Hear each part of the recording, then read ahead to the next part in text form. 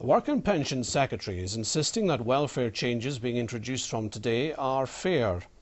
Ian Duncan-Smith says he's only trying to get the welfare system back into order.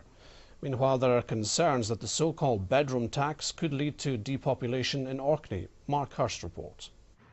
Peter Johnson is able to stop the traffic in his role as a part-time lollipop man in Kirkwall, but he can do little to halt the so-called bedroom tax. Under new welfare reforms, tenants living in council and social housing will see their benefit reduced if they are deemed to have empty rooms.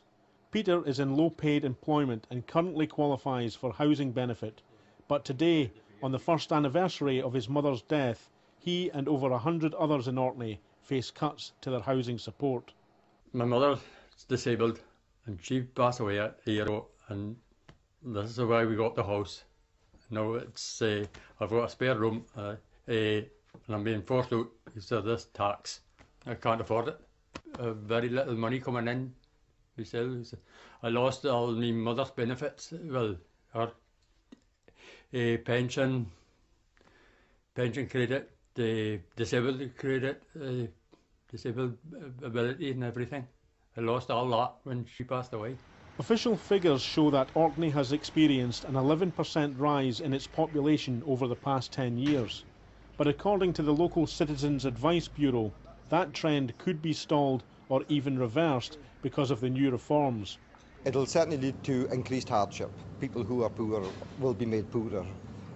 It'll also possibly lead to depopulation, certainly in the North Isles. There's a real shortage of housing in the North Isles. People don't have the choice to go to a smaller property. Small properties don't exist. This is about fairness. It's about fairness to those who pay vast sums of money in taxation to see that people living in subsidised accommodation often don't use the bedrooms that they've got, whilst others in overcrowded accommodation, costing a lot of money to taxpayers and often suffering health problems, they can't get accommodation they need. This is a nonsense problem that was created by the last government, who didn't build enough housing and didn't manage the housing stock properly. In island communities like here in Orkney, the housing options are limited. Affected tenants living on benefits face some tough choices in the months ahead, but whether that leads to depopulation of these islands remains very much open to question. Mark Hirst, STV News, Orkney.